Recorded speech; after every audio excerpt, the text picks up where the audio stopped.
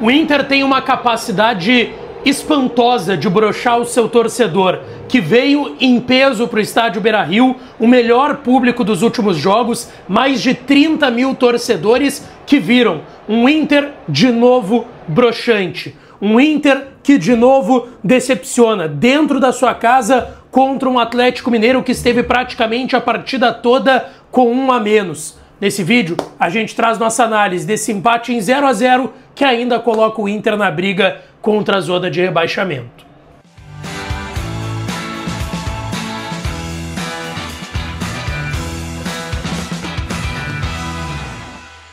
Fala, minha rapaziada, sejam bem-vindos a mais um vídeo aqui no canal. Antes, não te esquece, deixa teu like, te inscreve, ativa o sininho das notificações para tu não perder nada por aqui. E é claro que esse conteúdo e todos os outros têm o apoio de KTO.bet.br.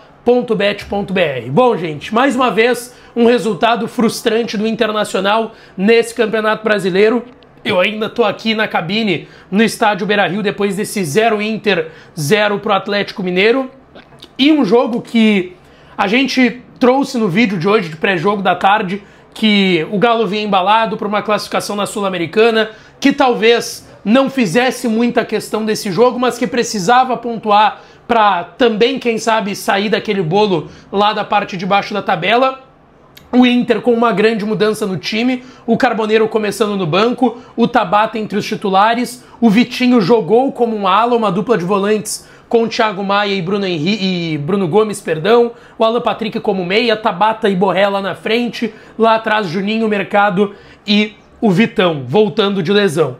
O Inter começou pressionando o Galo, tá? Os primeiros minutos do Inter no jogo foram muito bons, foram 15 minutos de alta intensidade do Inter em cima do Atlético, alçando bola na área, o Atlético sem conseguir sair de trás, e aí vem o lance da expulsão do Vitor Hugo, zagueiro do Atlético Mineiro, que eu julgo como justa, tá? A gente viu um lance ontem do jogador do Everton Araújo do Flamengo, teve o lance do Gustavo Gomes, acho que foi mais parecido com o do Gomes, mas com talvez um pouco menos de força e intensidade do zagueiro do Atlético Mineiro, que acaba dando um carrinho numa bola perdida que o Borré não alcançaria e acaba deixando a sola na canela. Eu acho que foi bem expulso o zagueiro do Atlético Mineiro. Mas aí é impressionante, cara. O Inter piora a sua produção a partir do momento que fica com um a mais em campo. O Inter começou a produzir menos, começou a ficar um jogo mais encardido, talvez porque o Galo propôs um jogo mais físico a partir do momento que ficou com um a menos. O Galo começou a tentar sair de trás, parava no meio de campo do Inter, o Inter ainda tinha controle da bola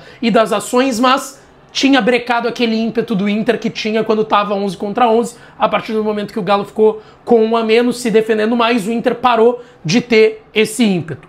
O Galo foi tentando, como eu disse, sair de trás e parava na defesa e na marcação do meio campo do Inter, que estava muito bem ajustada. Só que aí veio uma bola nas costas do Bernabei, e é impressionante como o Bernabei traz transpiração, traz suor, traz correria, tenta compensar na força física contra jogadores que às vezes são mais fortes do que ele, só que ele peca na parte defensiva. E aí ele toma uma bola nas costas, o Rony ia para uma linha de fundo sem ter nenhum atacante de referência passando dentro da área, ele ia ter que cruzar e botar a bola nos pés dos jogadores do Inter ou tentar sem ângulo, um chute que pouco provável que fosse entrar.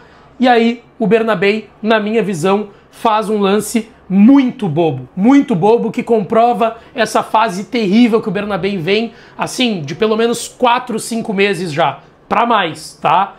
Acho que é discutível, eu achei pênalti, mas eu acho discutível o lance, eu entendo o árbitro não marcar e eu acho que é questão de intensidade pra ele não marcar, mas enfim, não acho que seria um absurdo ele marcar e nem que é um absurdo ele não marcar. Não acho que foi um pênalti claro, acho que é discutível e interpretativo pela intensidade do lance, mas mostra como o Bernabei está mal. Ele faz um lance que ele corre o risco, esse é o problema. O Bernabei corre o risco de fazer um pênalti, do Galo ter um pênalti, quem sabe abrir o marcador no Beira-Rio, o árbitro marca no campo, é chamado pelo VAR, vai pro VAR, revisa o lance e acaba não marcando esse pênalti do Bernabei. Ele volta atrás, o Inter acaba acordando só a partir dos 35 do primeiro tempo, tem um chute do Bruno Tabata de fora da área, tem o Vitinho que recebe uma bola em profundidade, dá uma cavadinha no Everson, goleiro do Galo, que sai mal do gol, e aí tem 2 do Atlético e 2 do Inter na pequena área. O Tabata parecia que ia chegar só para empurrar para o fundo da rede,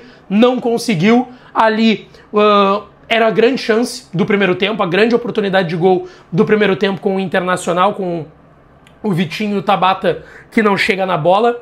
E aí depois tem um chute muito bom do Tabata de fora da área que desvia e o Everton faz uma baita defesa, o Everson, perdão, faz uma baita defesa, mas o Inter perdeu a oportunidade. Com um a mais já no primeiro tempo, quem sabe sair na frente e correu o risco nesse lance do Bernabé que o árbitro marca pênalti, vai no VAR e acaba tirando o pênalti do Atlético Mineiro.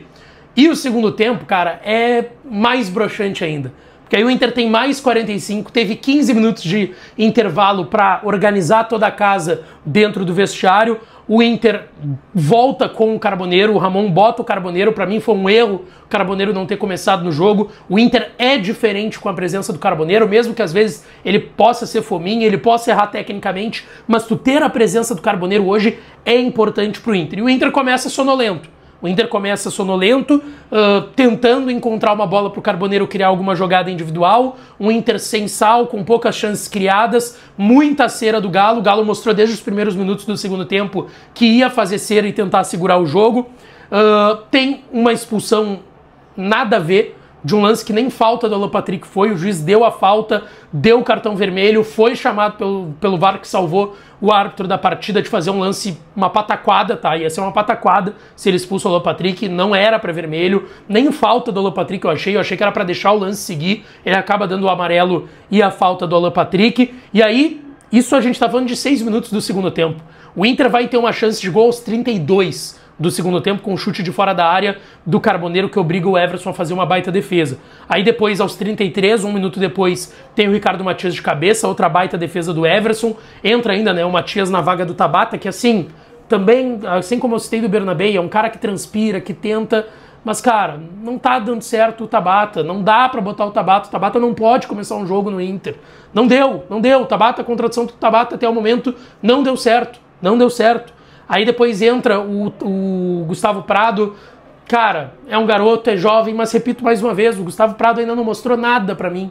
Nada, não tem nada que o Gustavo Prado tenha mostrado que me convença como muita gente estava falando há meses atrás, de uma titularidade que mereceria o Gustavo Prado, nada disso. O Inter foi pouco insinuante, com um a mais, o Galo fez cera, o Inter entrou na cera do Galo, mais de 30 mil torcedores no estádio esperando um golzinho, o Borré, de novo, pouco abastecido, e quando abastecido, a bola batendo na canela, não dava certo, fez uma falta boba e tomou um amarelo no finalzinho do jogo, sendo que era tudo que o Galo queria, uma falta, uma confusão, para retardar mais ainda o finalzinho do jogo.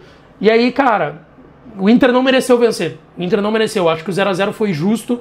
O Inter até teve mais chances, criou mais por estar com um a mais, mas igual, foi muito mais na base do abafa do que de fato do Inter botando a bola no chão, tendo qualidade para construir, merecendo algo mais em cima desse Atlético Mineiro. Frustrante mais uma vez, porque com a derrota do Vitória ontem, o empate do Santos em casa, era um jogo, teve o Ceará vencendo hoje, se distanciando de novo do Inter, era um jogo pro Inter construir a vitória em casa e ir com um peso menor para o jogo contra o Vitória na quarta que vem, porque é lá no Barradão, o Vitória vai querer vencer, e se vencer o Inter pode ficar 2 pontos, o Inter do Z4, a menor distância possível.